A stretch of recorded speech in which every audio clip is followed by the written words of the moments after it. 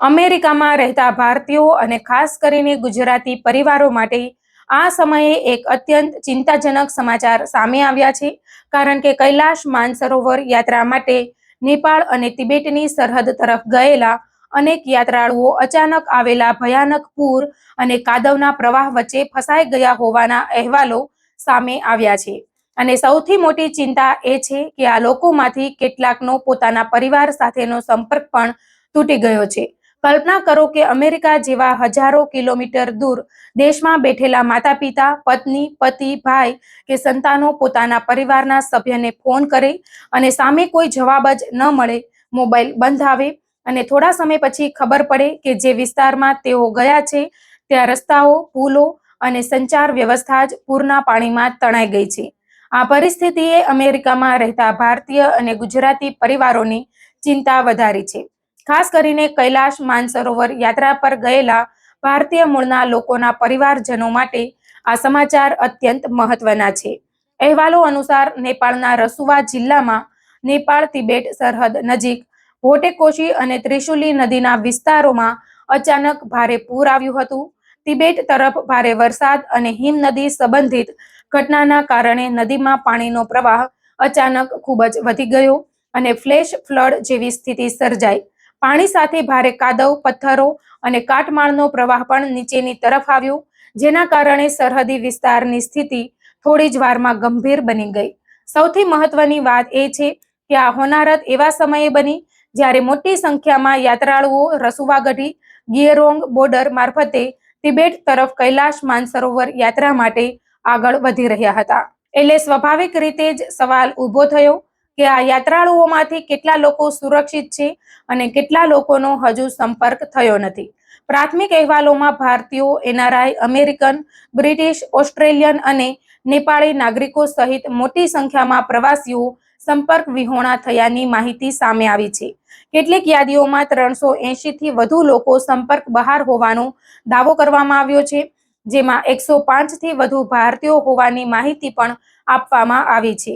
જો કે અહીં એક મહત્વની વાત સમજવી જરૂરી છે કે કુદરતી આપત્તિ પછી જ્યારે મોબાઈલ નેટવર્ક, વીજળી અને અન્ય સંચાર વ્યવસ્થા બંધ થઈ જાય છે, ત્યારે કોઈ વ્યક્તિનો સંપર્ક ન થવો એટલે તે વ્યક્તિનું મૃત્યુ થયું છે એવું માનવું યોગ્ય નથી. ઘણા લોકો સુરક્ષિત સ્થળે હોવા છતાં પરિવાર સાથે સંપર્ક કરી શકતા નથી. આ જ કારણસર અમેરિકામાં રહેતા પરિવારજનોએ અફવાઓથી દૂર રહીને નેપાળ સરકાર, ભારતીય દૂતાવાસ અને સત્તાવાર રાહત એજન્સીઓ પાસેથી મળતી માહિતી પર જ વિશ્વાસ રાખવો જરૂરી છે. પરંતુ આ સમગ્ર ઘટનામાં સૌથી ચોંકાવનારી બાબત માત્ર લોકોનો સંપર્ક તૂટવો નથી, પરંતુ પૂરથી થયેલું માળખાકીય નુકસાન પણ છે.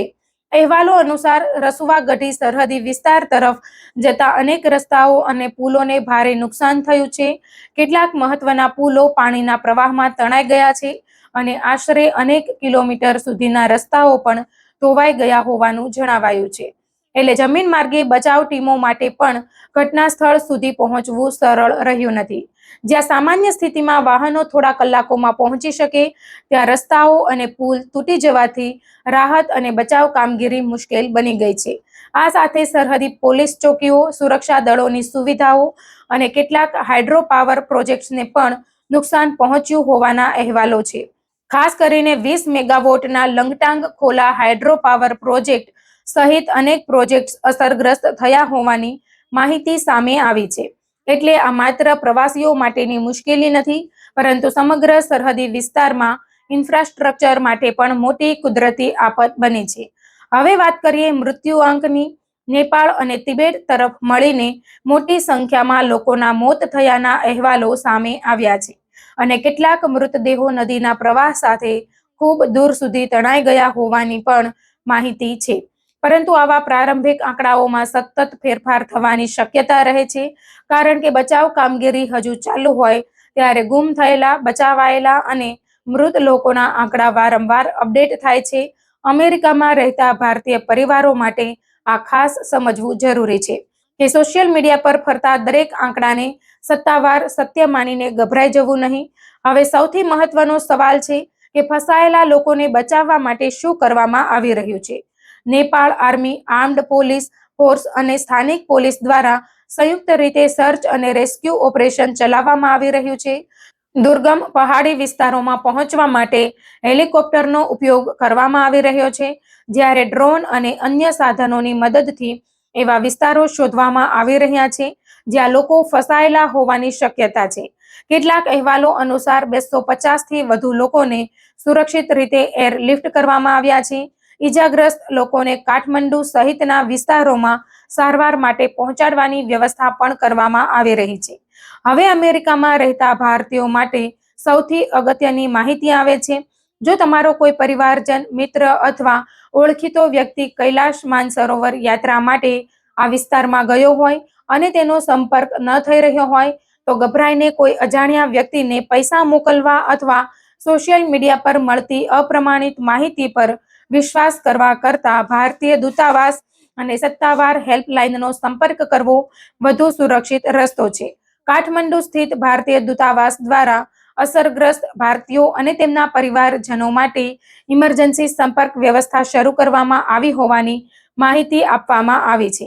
આપવામાં આવેલી હેલ્પલાઇન વિગતોમાં 977985131680 અને 977970910750 નંબરનો સમાવેશ થાય છે.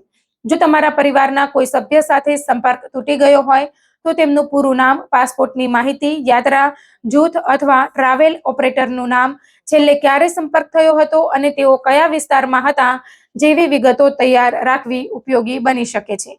અમેરિકામાં રહેતા પરિવારજનોએ પણ શક્ય હોય તો પોતાના સંબંધિત ભારતીય કોન્સ્યુલેટ અથવા દૂતાવાસની સત્તાવાર સૂચનાઓ પર નજર રાખવી જોઈએ, કારણ કે આવી આપત્તિમાં એક નાની માહિતી પણ ગુમ થયેલા વ્યક્તિને શોધવામાં મોટી મદદ કરી શકે છે.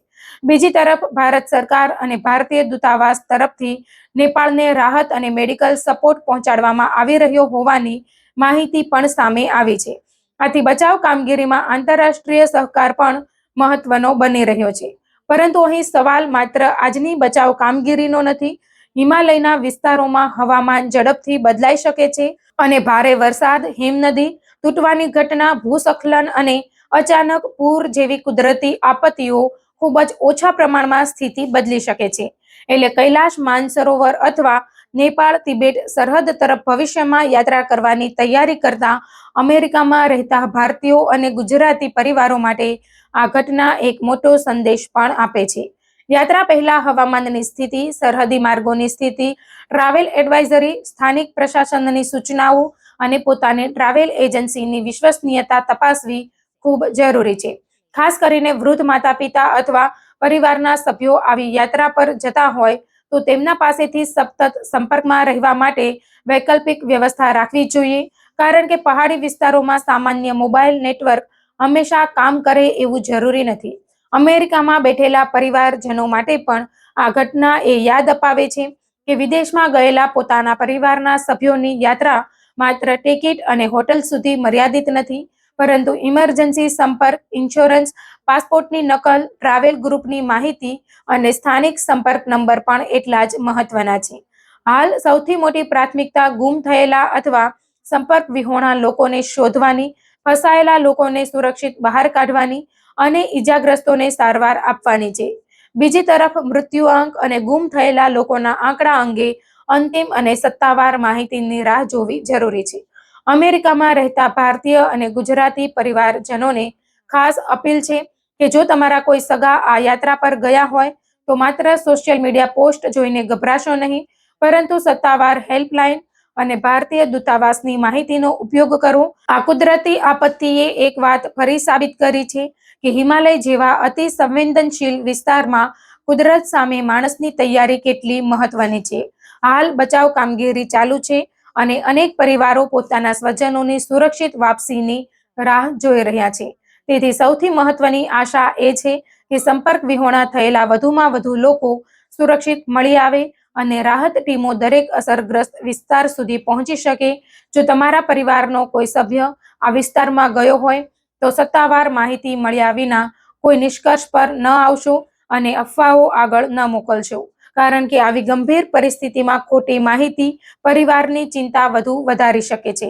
હાલ આખી નજર નેપાળ અને તિબેટ સરહદના અસરગ્રસ્ત વિસ્તારોમાં ચાલી રહેલા સર્ચ અને રેસ્ક્યુ ઓપરેશન પર છે અને આગામી કલાકો તથા દિવસોમાં ગુમ થયેલા પ્રવાસીઓ અંગે વધુ સ્પષ્ટ માહિતી સામે આવવાની અપેક્ષા છે.